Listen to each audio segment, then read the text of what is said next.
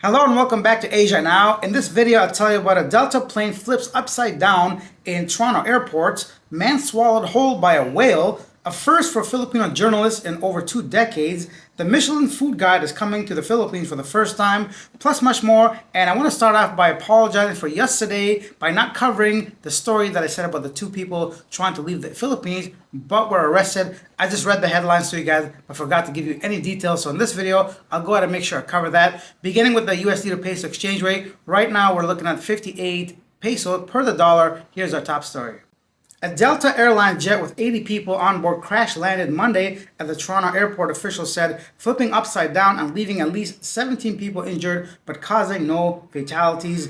The Delta flight with 76 passengers and 4 crew was landing in the afternoon in Canada's biggest metropolis, having flown from Minnesota in the U.S. state of Minnesota, the airline said. Paramedic service told AFP 17 people were injured, including 3 critically, and a child, a man in his 60s, and a woman in her 40s. Delta said 18 people suffered injuries, some taken to the hospital. What is going on in the skies lately? For the past month or so, a lot of these incidences, I'm just very happy nothing happened to these individuals, and the scenes are horrific, right? A flipped plane, happening at Pearson, I believe. If they say it's the biggest, I'm going to say it's Pearson Airports. I don't know the specifics. Passenger planes usually land at Pearson.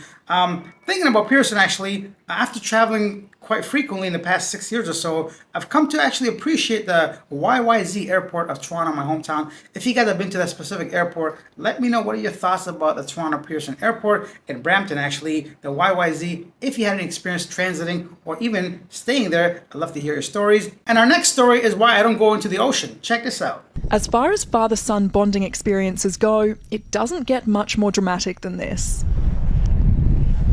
24-year-old Adrian Simankis swallowed whole, kayak in tow, by an enormous humpback whale, a scene of biblical proportions. Can you believe, man, you be out here kayaking, next thing you know you get swallowed by a whale? Didn't like Moses or someone in the Bible get swallowed by it? No, Jonah from the Bible, I believe, got swallowed by the whale. And I don't know the whole story there, but I know it's like a biblical event. So this guy experienced a biblical event. Kind of crazy because his father's there videotaping him. And in Spanish, I'm sure he said, this is what it was translated, keep calm, and swim towards me, right? So as some of you guys are probably thinking, well, the whale's throat is too small. It cannot swallow a human in a kayak. Or once it recognizes food, it might spit him out. Yeah, I'm sure you and I know that now or whatever. But imagine being on a kayak for those 2 seconds. Pretty sure he's not thinking all that stuff. He's thinking, oh, there goes my life. A YMCA pool is just fine for me. Next up, big news for journalists in the Philippines. Nobody lost their life in 2024, a first for over 2 decades. Freedom of press is very important in the Philippines, a big issue, and of course a hot topic. So I'm glad to see that things are looking better and brighter, and hopefully it continues, and the press can go ahead and do the job without fearing. Of course, I said there are threats still, but obviously no lives lost is a big bonus. Next up, good news for foodies, a new era for the country's culinary scene in the Philippines. The Michelin's Guide is officially coming to the Philippines with this inaugural edition set to highlight the culinary landscape of Manila, Cebu, and surrounding areas, including Pampanga, Tagaytay, and Cavite. In an announcement on the website, the Michelin Guide said it is setting its sights on the Philippines, calling it an exciting new chapter for the country's dynamic food scene. This prestigious restaurant rating system, published by French tire company Michelin, will release its first ever Michelin Guide Philippines in late 2025. According to the Michelin, its anonymous inspectors have been discreetly exploring Metro Manila and Cebu to identify the country's top dining destinations. The selections aim to recognize the most talented chefs and dedicated teams, celebrating their passion, innovation, and deep respect for local flavors and traditions. Exciting news. Now, personally, I'm not one to really comment on it because I don't eat pork, and I know a lot of the Filipino dishes consist of pork, and I'm not a big seafood fan, although, I know this is, once again, a topic a lot of people like to discuss, the Filipino food. It's not to everybody's palate. Leave your thoughts down below regarding the Michelin Guide coming to the Philippines. What do you think? Now, this was a story I was supposed to cover yesterday, but did not, and I completely forgot, so here it is. The Bureau of Immigration at Ninoy Aquino International Airport stopped 2 women posing as vacationing office maids, but were actually recruited for fake jobs in Laos. Oh, that's where I'm at now. They admitted to paying a fixer to falsify documents, thinking they were getting high-paying call center jobs.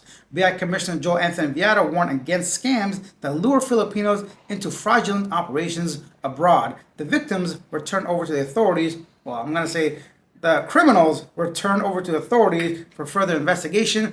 I say criminals because they knowingly tried to cheat the government, try to commit a crime, and go somewhere under false pretenses. I understand these pogo hubs and scam hubs are not good places to work, but you'd be surprised. I think there was a recent study done. Over 90% are doing it voluntarily. I know there are very severe cases of very bad experiences, people getting their passports confiscated, being like, physically, whatever. But those are like just outliers. It doesn't happen in every like scam hub essentially. So I want to be very clear for those of you that are not very familiar with this kind of stuff. I've watched several documentaries all over Southeast Asia. So yeah, I'm sorry if you're a Filipino being offended by what I'm saying, but let's just admit what it is so we can prevent from others trying to take these kind of job offers online because they know what's going on. So I'm happy they're not going to get penalized, hopefully, but let's try not to normalize the fact that they're just victims or whatever. I don't think they are. And quickly, under the same kind of topic, authorities nabbed 6 Koreans and 15 Filipinos allegedly running an illegal pogo hub in Pasay City. So this happens on a regular basis. I told you because I'm going to cut back a little bit on these pogo hub scam raids and all that. But this one, because there was so many Filipinos involved, I thought it was kind of cool to mention. Not cool, but informative to mention. And since I haven't covered pogos in a long time, so I went ahead and included that story. And once again, this happens on a very, probably daily basis. Some very quick news. Logistics and delivery platform Lalamove has officially launched ride-hailing services in Cebu, offering a 2% commission rate. So yeah, Lalamove is usually the courier that does delivery packages. I know they had I think they're getting into food as well, and now ride-hailing Uber, Grab, Bolt, Maxim. There's so many in Cebu, right? So I don't know how they're gonna go ahead and make room for themselves to carve out that little department or what little area niche for their. But 2% commission sounds good for the rider, but for someone like myself that hails these people or apps, I don't know why I would choose them over Move It, which is the big one. They're associated with Grab. Yeah, exactly. Anyways, so another ride-sharing application in Cebu. A year after the underground cabling installation project in Cebu City was announced, a new proponent is set to undertake the project so the city would get rid of its tangled and disorganized wires, commonly referred to as spaghetti wires. Yes, that eyesore in pretty much every Southeast Asian country, maybe not so much Malaysia, I didn't see too much there, but many countries, Thailand, Vietnam, obviously Philippines, these Cambodia, Laos, all these wires, they're just because they're not underground yet, right? So yeah, it's a very big eyesore if you want to take a photo, if you just want to be out for a walk. Sometimes they're very dangerous because they dangle, and one time I think one hit my shoulder and freaked me out because I thought somebody touched me or bug flew. That's a whole different story. And let me know what you guys think of those wires that are just everywhere if you've been to Southeast Asia. Now Cebu is looking to go ahead and put those underground. I can't imagine to be a small project. I feel like they're gonna have to dig up a whole bunch of roads. So probably more traffic to come. And then quickly, South Korea, Deepseek has been removed from the app stores in South Korea. Of course, the Chinese equivalent to ChatGPT. South Korea has gone ahead and said, no, you cannot have that in our country, in our app stores. Lastly, the U.S. Army announced Friday that it will no longer allow transgender individuals to enlist or receive gender transition related medical procedures following the executive order signed by President Donald Trump.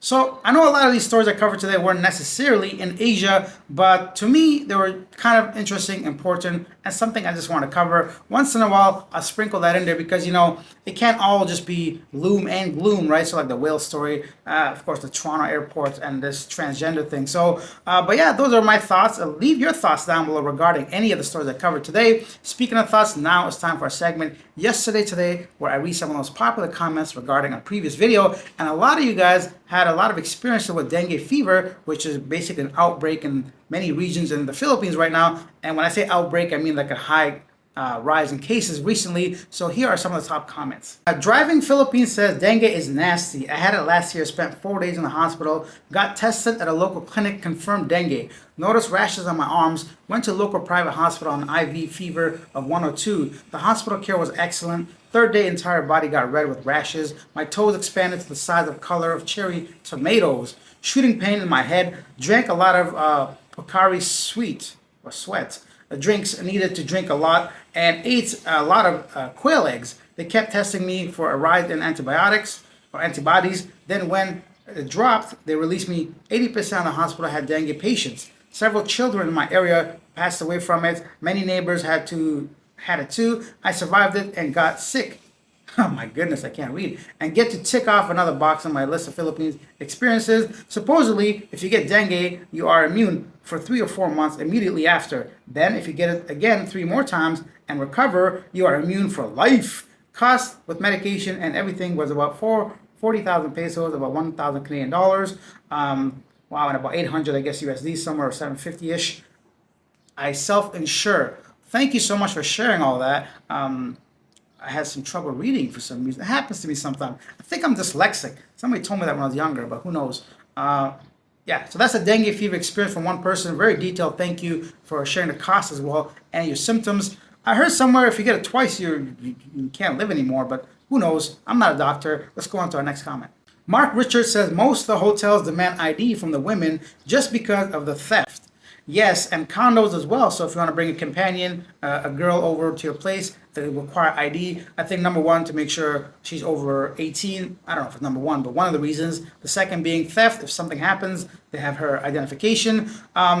This was about the Turkish man that had his money stolen when he brought over a Valentine's Day date. And lastly, Vinny says, get the foreigner to put up his cash as a silent owner. Get out front as the legal owner, then turn your foreign partner into the police. Great business model for instant ownership. Yes, exactly. And that's why it's important to never do any business unless you have at least legally 50% control or more. Once again, I have no knowledge regarding business, but I know I will definitely not throw my cash into some other person's trust.